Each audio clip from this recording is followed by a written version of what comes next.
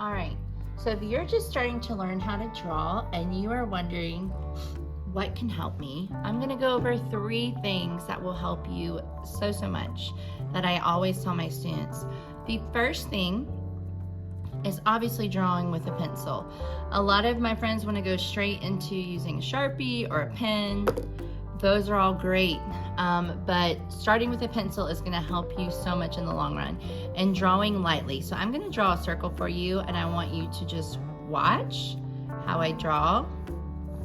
And I'm drawing really lightly. And also notice, this is tip number 2, I'm really sketching. Sketching is you're drawing slowly, taking your time, picking up your pencil and doing short little movements around, because there's a reason why. My circle is not a perfect circle at all, and it's pretty, I made some mistakes, came in and sketched some more. So 1, I drew really lightly. I don't know if you can see that.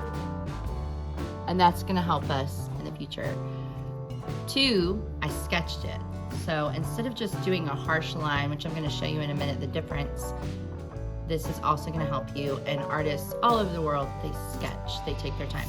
So drawing lightly is gonna help me, because when I make a mistake, and indeed you will make a mistake because everybody makes mistakes, you're gonna come in and be able to erase so much more. Now, this pink eraser is also not the best. It's leaving some marks, which you may not be able to see. White erasers are really great for not leaving marks. So there is that.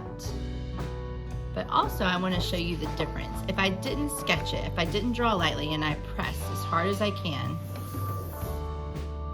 I mean, hey, that's not a terrible circle at all. But if there's anything I want to change about it, it's going to be super hard to change it and not leave, there's a mark here, not leave a mark.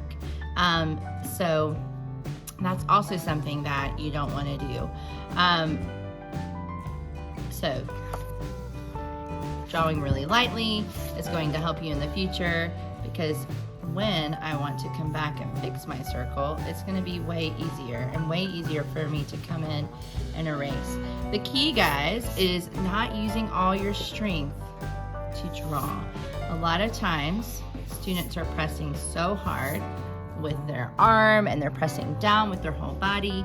You want to just very lightly with your wrist draw, and you're barely touching the paper. It's going to make a huge difference. Now, say I wanted to turn this into a cat, and I just came in and I drew, and say I messed that part up. I don't like how that turned out. As you can see, erasing it is going to be hard. It's really not going to fully come off. I could use a white eraser, might get most of it up, but it's still, my mistake is going to be a lot easier if I had come in and drawn really light and come in and erased it. So that's another tip, a drawing tip. So sketching, drawing lightly, and also, let me say this.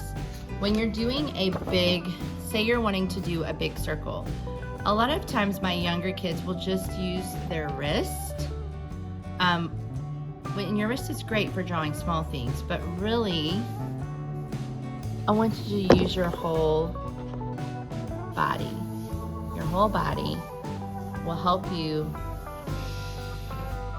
draw a circle better, but once again, draw lightly.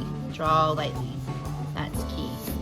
So sketching, draw lightly, and another thing that I love for younger friends to do a lot, and you don't have to, but I use a Sharpie a lot when I'm done to make my lines pop. It's just gonna bring some more emphasis. So after you've drawn lightly, and then you can come over with a Sharpie or a black marker of your choosing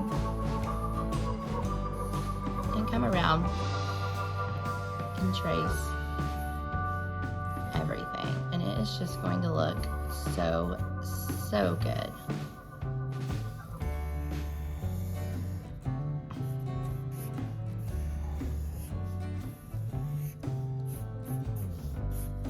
Another great thing about Sharpie is once you trace where you didn't trace it as perfectly, which I didn't, Sharpie doesn't erase, so you can go in with your pencil and erase those extra lines to make it just look really clean and really polished picture than if you had lecture lines. So those are my 3 tips for today, and I can't wait to talk to you guys again.